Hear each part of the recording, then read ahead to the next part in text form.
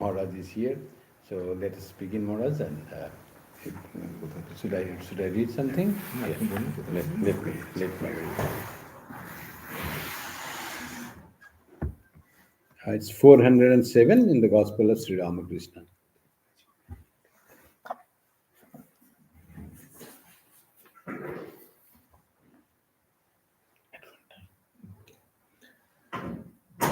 At one time, two men were engaged to wrestle.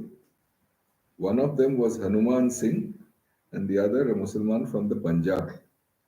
Mussulman was a strong, stout man. He had eaten lustily of butter and meat for 15 days before the day of the wrestling match, and even on that day. All thought he would be the victor. Hanuman Singh, on the other hand, clad in a dirty cloth, had eaten sparingly for some days before the day of the match and devoted himself to repeating the holy name of Mahavir. On the day of the match, he observed a complete fast. All thought that he would surely be defeated, but it was he who won, while the man who had feasted for 15 days lost the fight. What is the use of printing and advertising? He who teaches men gets his power from God. None but a man of renunciation can teach others. I am the greatest of all fools. All laugh. A devotee. Then how is it that the Vedas and the Vedanta and many things besides come out of your mouth? Master smiling. During my boyhood, I could understand what the sadhus read at the Laha's house at Kamarpukur, although I would miss a little here and there. If a Pandit speaks to me in Sanskrit, I can follow him, but I cannot speak it myself. To realize God is the one goal of life. While aiming his arrow at the mark, Arjuna said, I see only the eye of the bird and nothing else. Not the kings, not the trees, not even the bird itself. The realization of God is enough for me. What does it matter if I don't know Sanskrit? The grace of God falls alike on all his children, learned and illiterate, whoever longs for him. The father has the same love for all his children. Suppose a father has 5 children. One calls him Baba, some Ba, and some Pa. These last cannot pronounce the whole word. Does the father love those who address him as Baba more than those who call him Pa? The father knows that these last are simply too young to say Baba correctly. Since this injury to my arm, a change has been coming over my mind. I have been feeling much inclined to the Naralila. It is God Himself who plays about as human beings. If God can be worshipped through a clay image, then why not through a man? Once a merchant was shipwrecked. He floated to the shore of Ceylon, where Bibhishana was the king of the monsters. Vibhishana ordered his servants to bring the merchant to him. At the sight of him, Vibhishana was overwhelmed with joy and said, Ah, he looks like my Rama, the same human form. He adorned the merchant with robes and jewels and worshipped him. When I first heard this story, I felt such joy that I cannot describe it.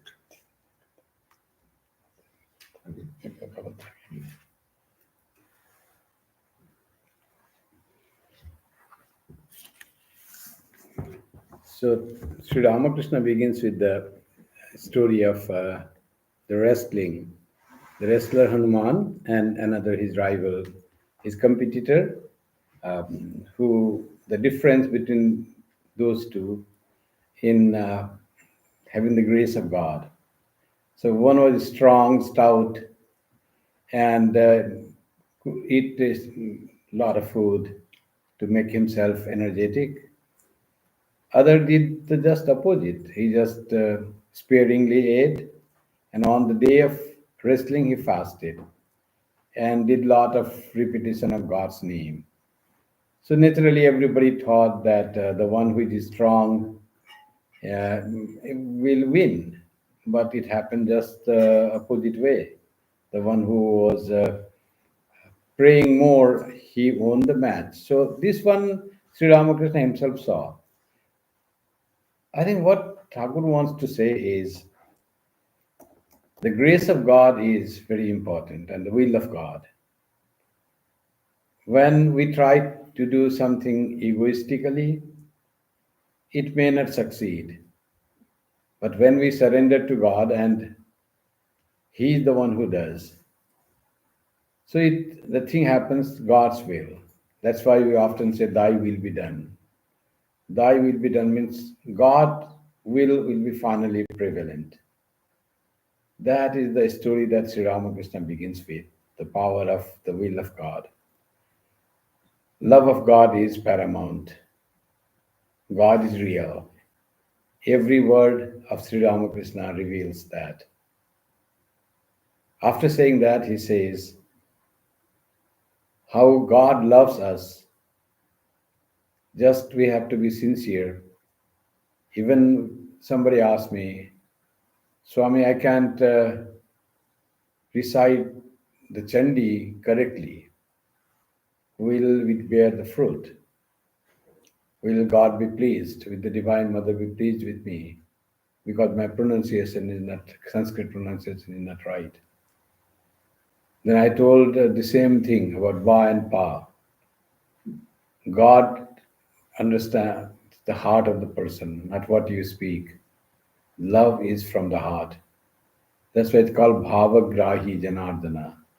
Janardana sees the intention and the bhava, not what we speak.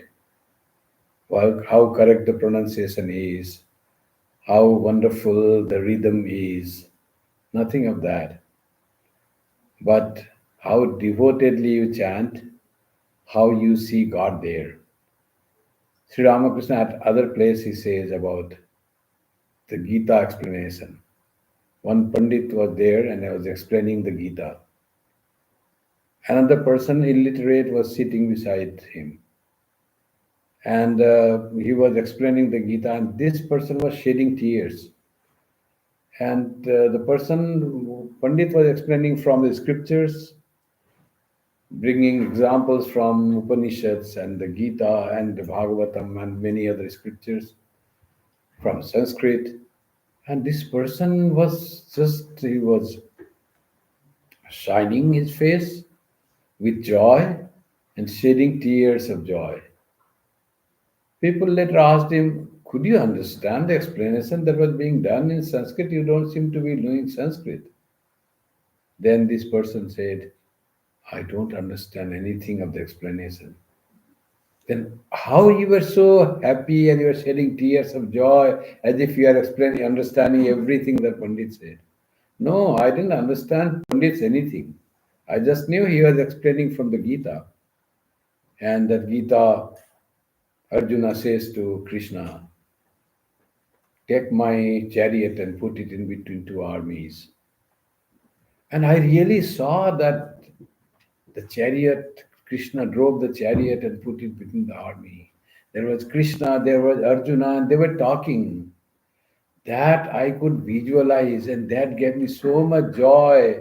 That were the tears of joy that was coming through my eyes.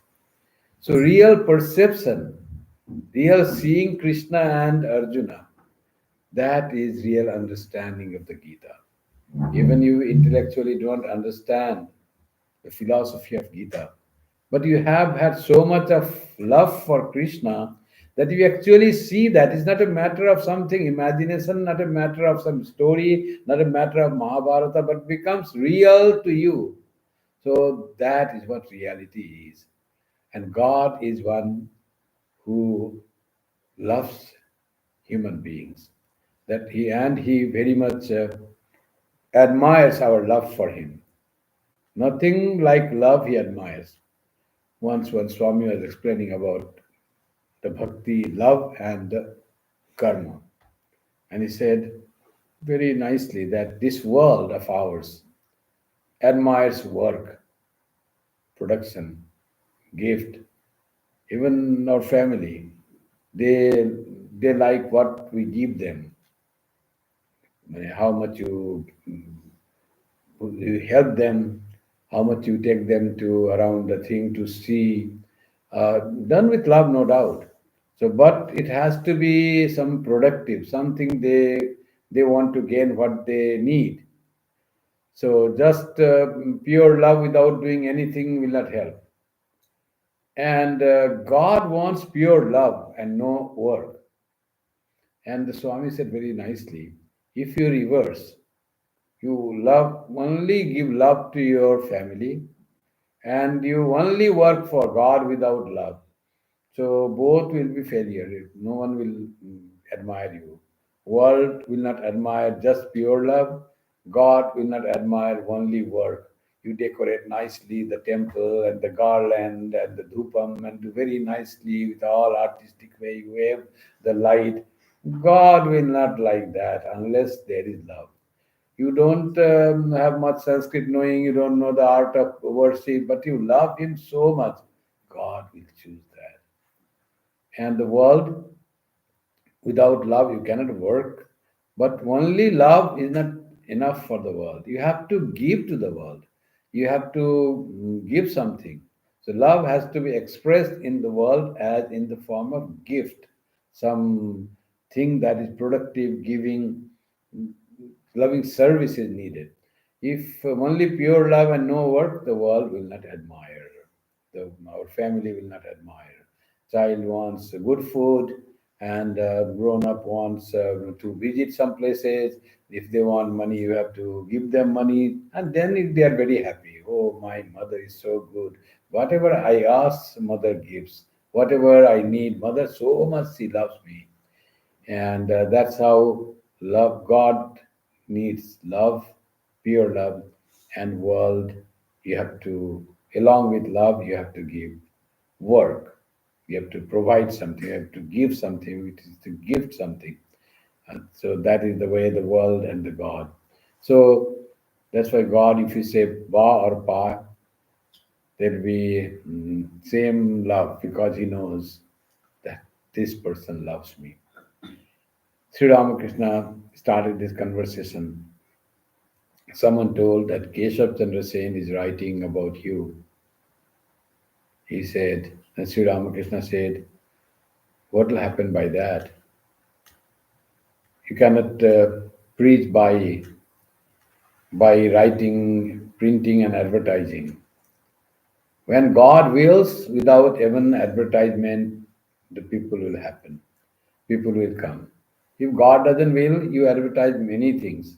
And he said many times that even if many people come to you, if you have not gained the authority to speak, you have not purified in intellect, you have not generated love for God, you have not fully understood what you are speaking, your words and your feeling don't match. What you speak, you don't feel that, then it will not be effective to the people.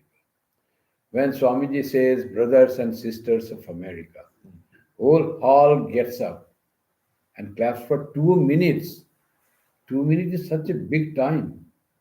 In America, clapping is they do very freely. They clap a lot, they admire, they express their thing. But 2 minutes clapping, applauding, it doesn't happen. First words from an unknown person, why this happened? So many thoughts are there. Why people just were so happy to hear words of Swami Vivekananda's sisters and brothers of America? Was it very unique thing that they never heard? No, that was the thing, ladies and gentlemen. Even sisters and brothers were spoken.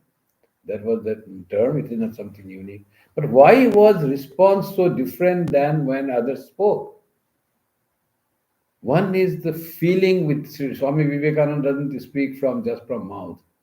What he felt, he spoke. What he spoke, he felt. So that made an impression among all. They all felt. that he is our brother. When Swami Vivekananda felt all people assembled there are his brothers and sisters, they also felt that Swami Vivekananda is their brother. Everyone felt. And this feeling is expressed as the applaud, so long an applaud. So that's how feeling has to be there, and that works. Why Swami Vivekananda, when we read, Romarola says, when I read his works, 30 years after he spoke somewhere, just the printed words on book, why I feel so much electric current passing through me. And that current is never ending. If we read sincerely, we still feel that some power is coming to us. So it is not just the syntax and arranging the words. It is the power of that thought that has come to the place, and that immediately when we start reading, we connect with the mind and heart of Swamiji. When we read the printed books, it is no more printing and book. It is Swami Vivekananda's words, feeling of Swami Vivekananda, and then it transforms our life. That's why Sri Ramakrishna says, when you are chosen by God, when you speak, you write, you want, then the work is done. That's what he meant when Hanuman Singh and other. Hanuman Singh, because of his devotion and surrender to God, though physically he was not as powerful as his competitor, but he gained more power. And it is surprisingly, spiritual power often wins over the physical power. Vasishtha and Vishwamitra. Vishwamitra was great king, and Vasishtha was a spiritual person. So Vishwamitra couldn't defeat that Vasishtha, and he tried. Then he tried many things, but Vasishtha always become more conquering with sparely. He didn't have much of this knowledge of weaponry and all that, but he was invincible. Then Vishwamitra said a nice, very famous thing. He said, Dhik Kshatriya Balam, Brahma Balam, Tad Balam. The real power is the power of spirituality. Physical power is no power at all.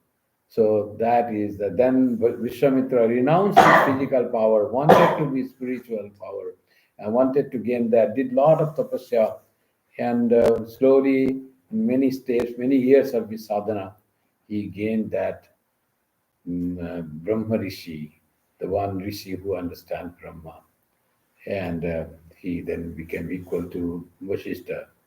When Vishwamitra came to ask for Rama for fighting, Dasarath said, Rama is 12 years old.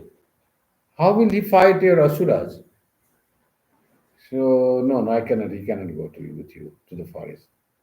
Then Vashishta said, O Dasaratha, O king, let Rama go with Vishwamitra.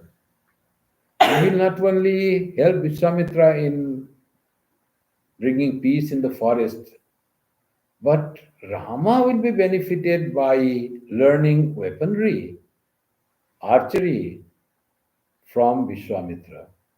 He went there, Vishwamitra taught, and Rama, with his spiritual power, could quickly learn all the things. Swami Vivekananda says, if I have to learn from the beginning, now I know this learning the thing is not important. I would learn to focus my mind. Then whatever I would like to learn, I will learn in a very short time. Rama, pure-minded person, sharp intellect, mind not directed to anything. He could learn archery in such a short time that he fought with that young boys, fought with the brave, this Asuras, and he conquered them. And Rama became the best archer, not only of his time, but of all times. Rama Shastra Vritamaham. Sri Krishna says when he describes about the great things and great personalities, Among the mountains, I'm the Himalayas, great highest peak. Like among the rivers, I'm Ganga, most purifying. And among the archers, I am Rama, greatest of all time. That's how it happens when one has the pure mind and pure intention. Then that becomes very powerful, the case of Hanuman.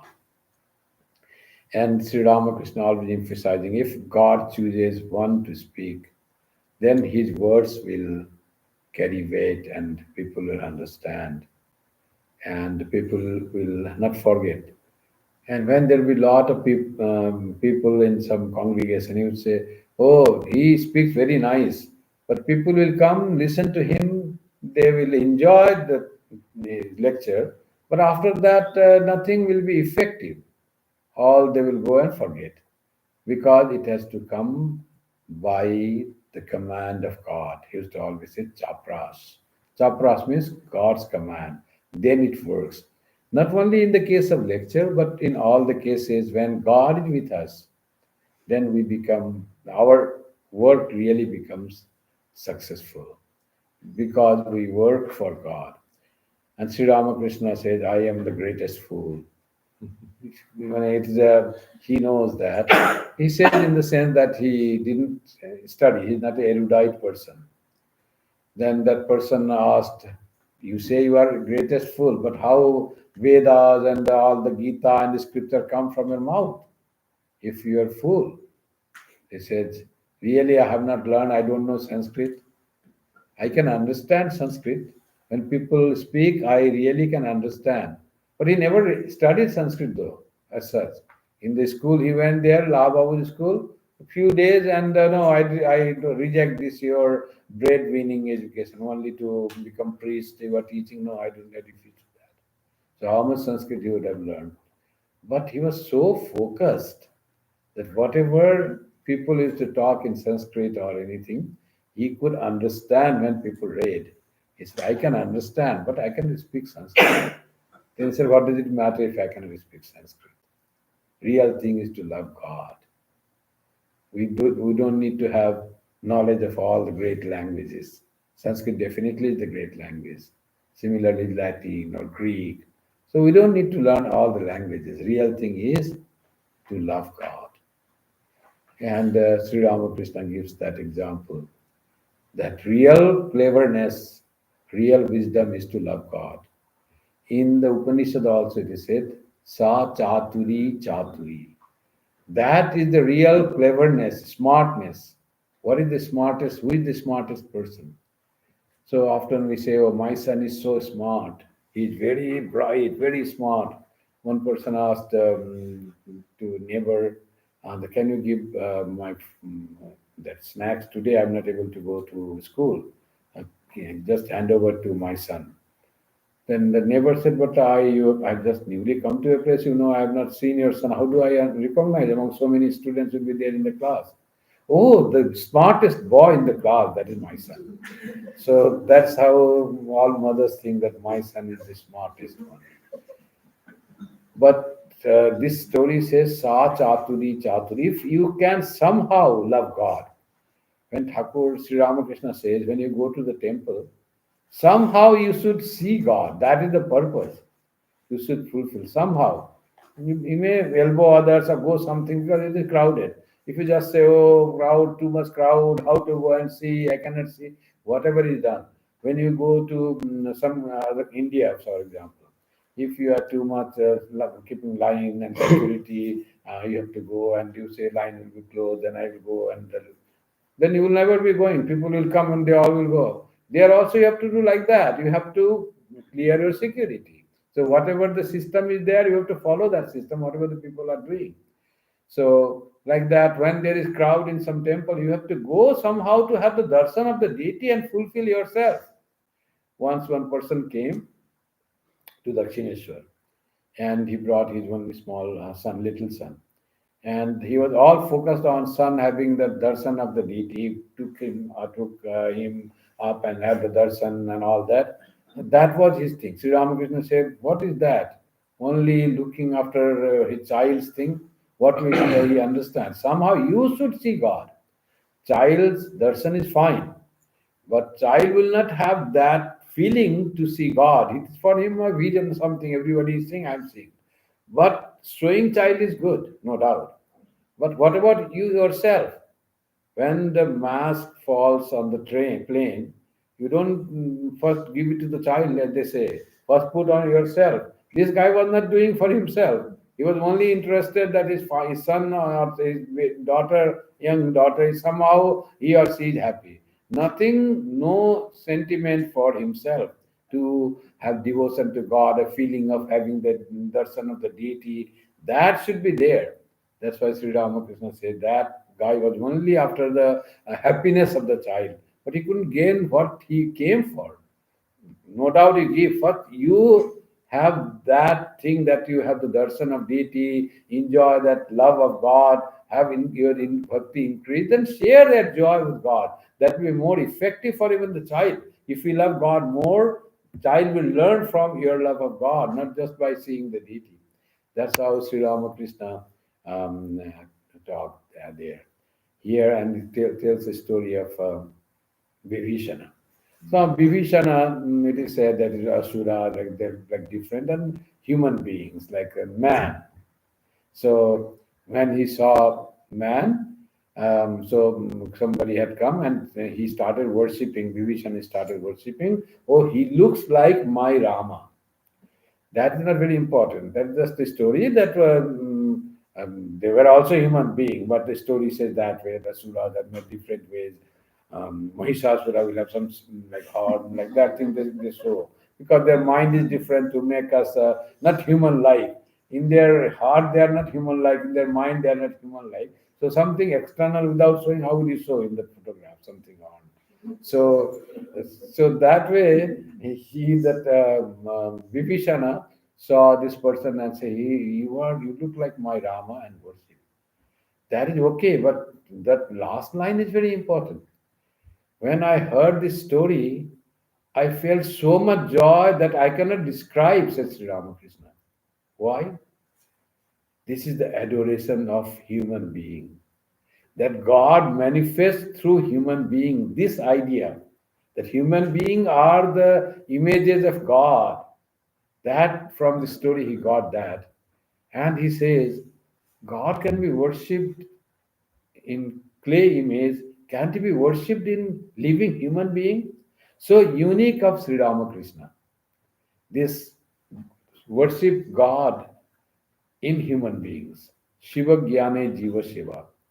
So this is not that it was not there at all, but it was embedded in the scripture. Hmm? Naranarayana, to bring it forth and make it practical, serving God in the human being. So worshipping human being as God, what does it mean? What does it mean?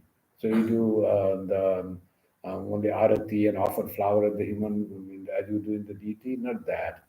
You have for the human beings same love as you have for God, and you have no jealousy, no animosity, and you accept every human. When love grows, it is such kind of thing. Love dispels all negative things, all dislikes, and the human being, however that person may behave with you, but for you, he is an or she is an image of God and adorable. You find so much of joy in the presence of any human being when you start seeing human being as the image in the image of God. When we go to Ayodhya and see Ram Lala, 5-year old, beautiful image, as if living. Eyes are so beautifully, the whole image is, and there is a, when you go with your emotion, of course it is as the beauty is in the eyes of beholder, similarly the devotion also in the eyes of in the heart of the person. So somebody may just see the stone image and how nicely carved. Why black image of Rama? Was Rama black in color, like the people ask? Not about the color of the person that is reflected here.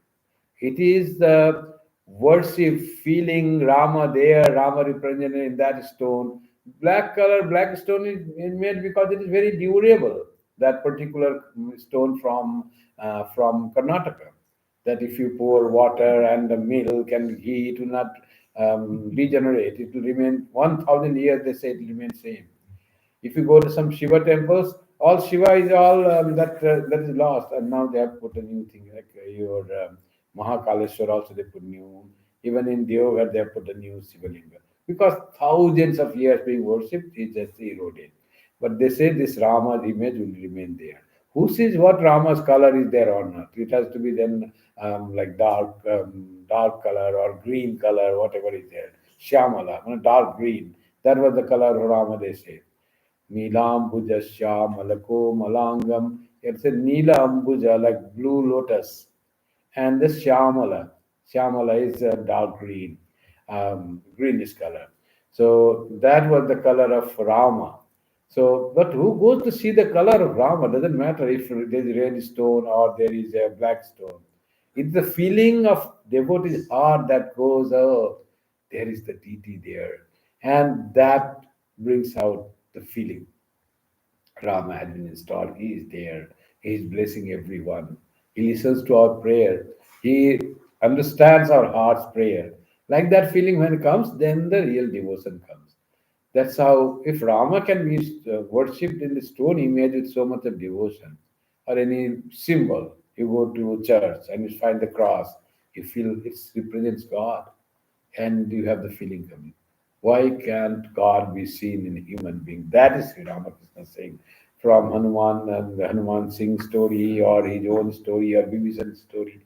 And he said, I felt so much joy when I heard that I cannot describe that joy when I heard the story that and that's what the Swami Vivekananda when he heard serving human being like worshipping God through human being. Shiva Jnani Jiva Shiva. Swamiji also similarly very happy. He came out and said, what I heard today, if time comes, I'll spread this message all over the world. Nothing was there, parliament of religion, nothing. How he thought that way? One graduate in Calcutta, just son of that. If time comes, I will spread this message to the whole world. That's Shiva Jnani Jiva Seva. Serving human beings not as the philanthropic thing, kindness, oh, they are suffering. Because I get hurt, I also should help them not to get hurt. More than that, as God, worshipping as God. It was so profound teaching for Swami Vivekananda. He felt so happy to hear this. He explained that outside, which others hardly noticed what is there, worshipping God as the human being as God. That was not very that important for others. They couldn't understand. Swami Vivekananda felt the same way. Human being can be worshipped as God, can be treated as God. So this is what Sri Ramakrishna is saying, elevating human being at the level of God. And when we start seeing God, as Sri Ramakrishna says, when this love for God, this develops in our heart, everything becomes lovable then. And our things change, our heart changes, our eye changes, our hearing changes. Then everything becomes when it is love. Then even if there is criticism, even if there is something that is not really good, you don't see anything. Everything is good for you and lovable for you. That much of love can be grown by loving God and by the grace of God. I think that's what Sri Ramakrishna wants to say, in my opinion. Now I request Maharaj to say about this or any other thing, or any other Somebody has questions. fact about it. Anybody has any question?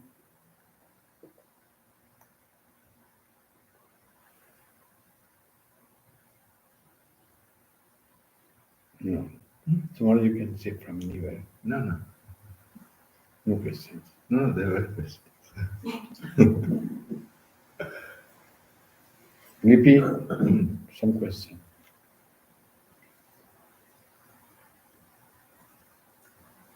Maharaj, this love, of course, unless God gives us that love, how will we cultivate it? This one is the way of holy company. What about those who don't have holy company? Uh, Even we have seen in places where there's no spiritual inclination or a very, very materialistic place, you still find people, Maharaj, they understand that there's something beyond that. So how how can we instill that love, Maharaj? Ignite that love. So, firstly, I mean, I think here is the crucial point is to recognize that love itself is something that is essential in all human beings. Yes. And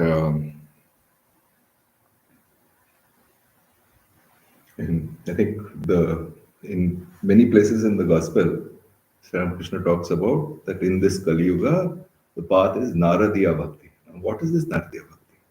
It's a devotion, love of God, according to Narada. What does it mean? And there, the definition of God is given in Narada Bhakti Sutras as Anirvachaniya Prema Swarupa. So it is that which cannot be uttered, cannot be encapsulated in concepts or words, but the essence of that love, which all of us have, is what is God. So, which means that whenever there is this feeling of love towards anything, recognizing that itself, without its object, that itself is God. So, which means, I mean, so then the thing is, where exactly is the problem then? The problem is not by saying that this is towards a secular thing, this is towards an unspiritual thing, this is etc. etc. And sometimes we, in our day-to-day practice, say this is misdirected, this is well directed, etc. But what is it that expresses itself as love of this, love of that, etc., etc.? Isolating that from the rest of it. In other words, identifying that which is universal in the love of, say, study, love of another person, love of eating, whatever. That which is universal in all these is God Himself. Which means, and this is not, I mean, then the problem really is not that there is an absence of love. Problem is that it is fragmented and directed in many different ways. So that universalization does not take place. It gets fragmented. That really is the problem. So we are looking at it through various limited angles. That is our problem. So once that is universalized and seen in everything, then then there itself is God perceived. So, for example, I mean, Sri Krishna says in various places in the Gospel that take these two or three dominant loves that a person can have. So, Vishaya Pratika. So, a person who is a great, highly miserly person, love that that person has for his or her wealth, and so on. Mother's love for the child. And then he says, combining all this, when these three attractions are combined and directed to God, then you win. Well, whatever. Gain God realization. So what exactly is he trying? He's expressing it in fairly simple language, but what he is trying to say is essentially that these loves of ours are directed in various different ways. Once that is unified, then the automatic goal will be the universal. And that universal is what is called God. That's it. So, which means that it's not special to any individual or special to so called somebody who is spiritual and somebody who is not. I mean, after all, there is this extreme case is Girish Ghosh. I mean, one of our present president of our order, Swami Gautamanji, during our night class, he used to say, see, Girish Ghosh, he has sailed through, and we are still struggling. So that's it.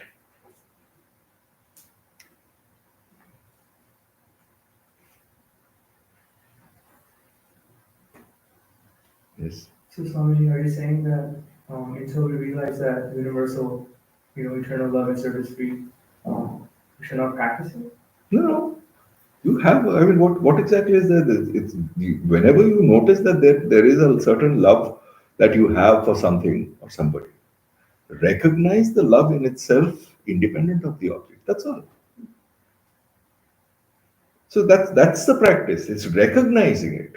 It's not something that is esoteric that has to be gotten from somewhere else. Nobody is going to give you 1 kilo of love.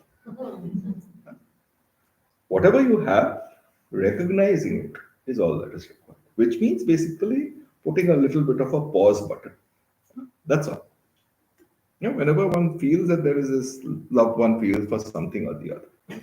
Actually, it's that same love which manifests in a very perverse form in hatred. It's just that it's directed in a wrong direction.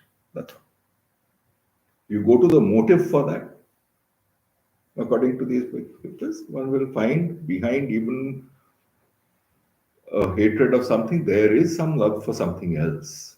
Unfortunately, what happens that love for something else, which was the real motive power, is forgotten, and this superficial coating is given greater importance. So recognizing it is all that's required.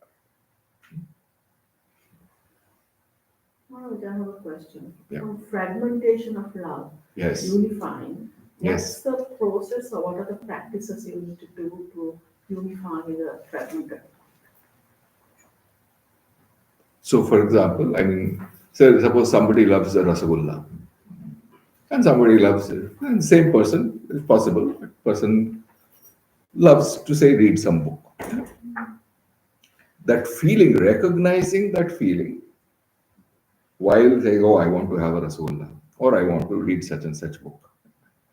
There will be a commonality of that feeling that one will be able to recognize in oneself. That one step, seeing that love of Rasagulla and love of reading some book, say Kathamrita, has one thing common, namely that love is essentially universalizing it. It's one step, seeing the recognizing that which is common between these two is one step towards something that unifies these two things. That is the step towards universality.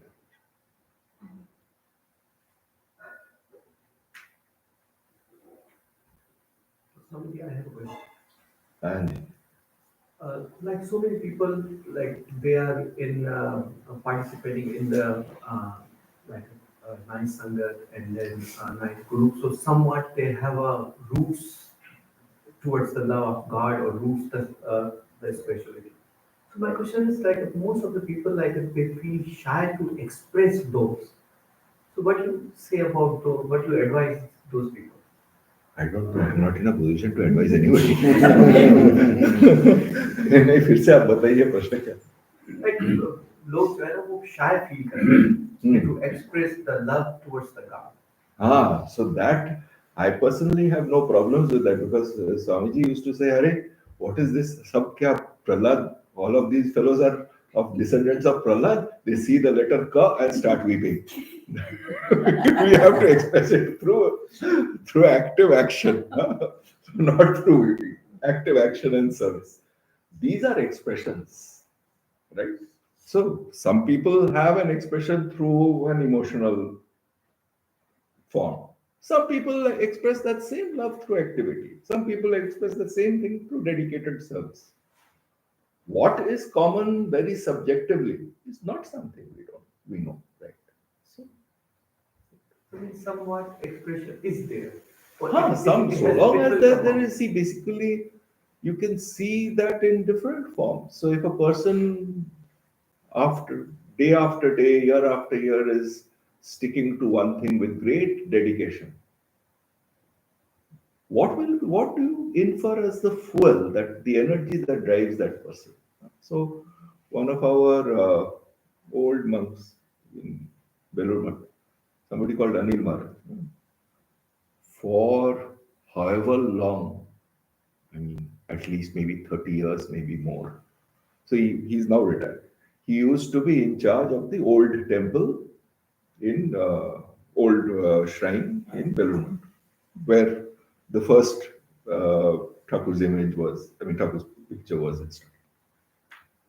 Every day he used to do the same thing, and he had one particular song, a few lines, which I mean recognized later on. But he used to sing that, and he did not have a particularly tuneful voice, but he used to sing it. I mean, without any audience. That's that same line.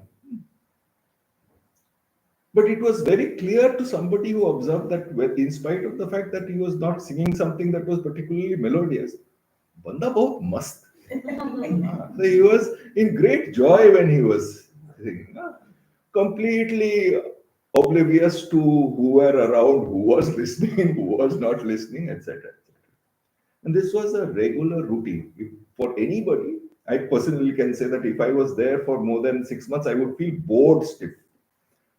Nothing particularly, there was no variety, nothing or the other. But he found this creative joy in this routine activity, day after day, year after year.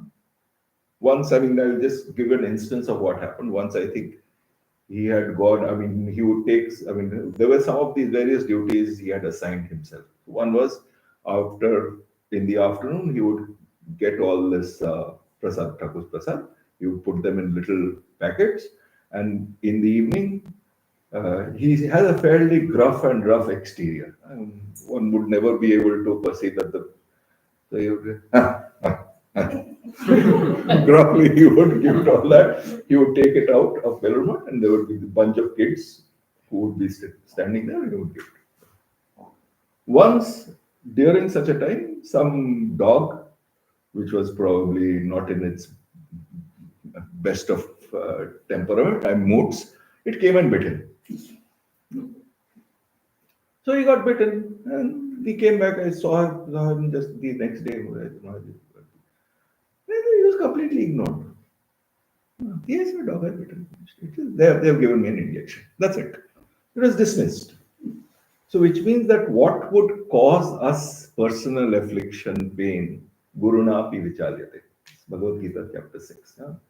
Basically says that having attained to which joy, satisfaction, even things which would otherwise cause great affliction to us does not cause affliction.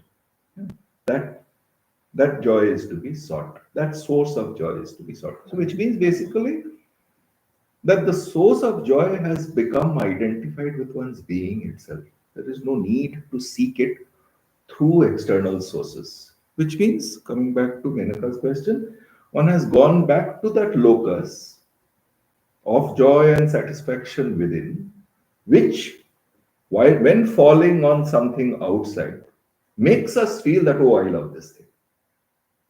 It is basically turning mind inward towards that source of joy which is already there. It is just that we don't look at that source which is there within and only look at the reflection when that falls on something or somebody. That is what is. That's it.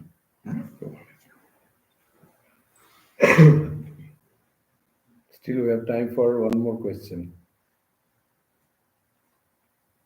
Monista?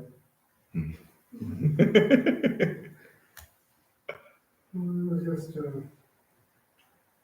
bhakti and love, right? There are different types of bhakti we talk about, the prema bhakti.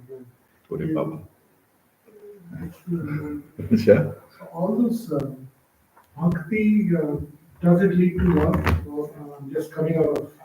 Or It is. It is. So, yes. So, this, see, whatever bhakti, love, etc., etc.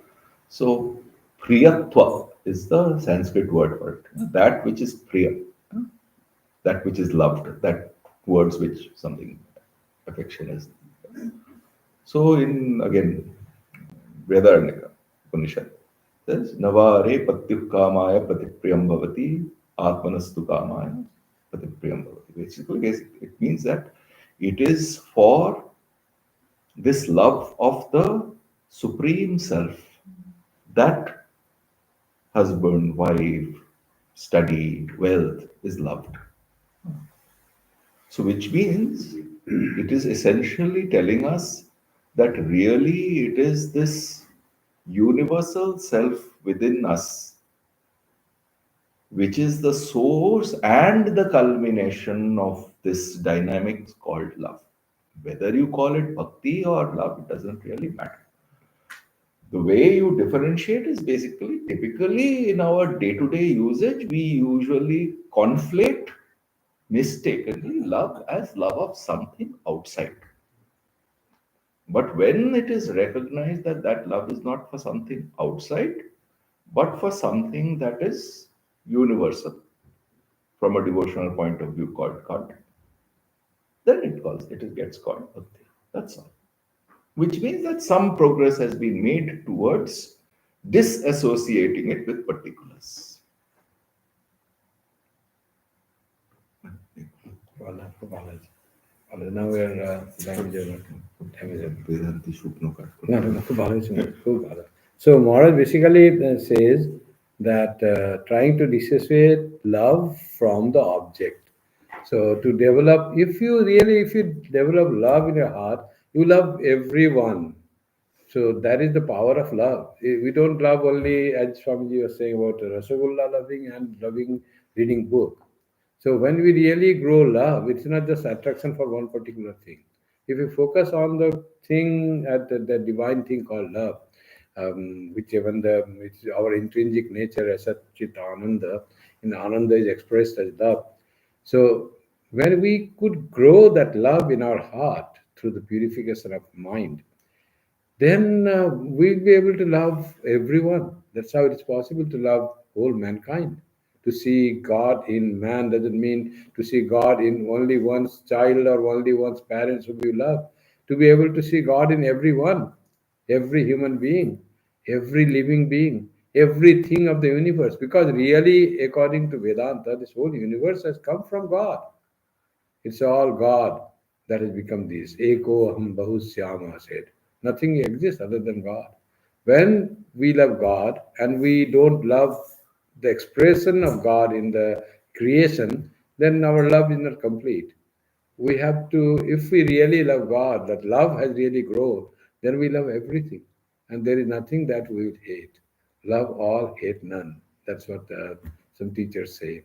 So that will happen if we could grow love. Love for Rasagulla, love for reading books. If you only have that, and generally love for Rasagulla generally becomes more attraction for that particular object to enjoy that object. That is not real love. So love is something that will make you love Rasagulla. And if we have really grown love, you love Karela in the same way. Neem in the same way.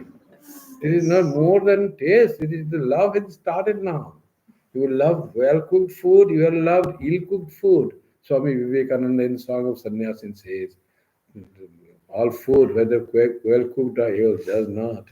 Mm, that's what the thing will happen. Everything will be all good and joyful. The whole world will be joyful when we can find that love, a universal love that's in our heart. Just we need to develop that love. Then this hatred, complaint, this all will go away.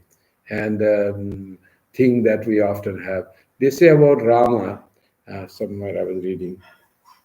Rama never complained for the things. He never said to Sita, why she had to go across that line and got caught? Why Lakshmana she had to ask me to nowhere is in why this Sita all the way she said me follow that deer and I had to come and all the problems started from that.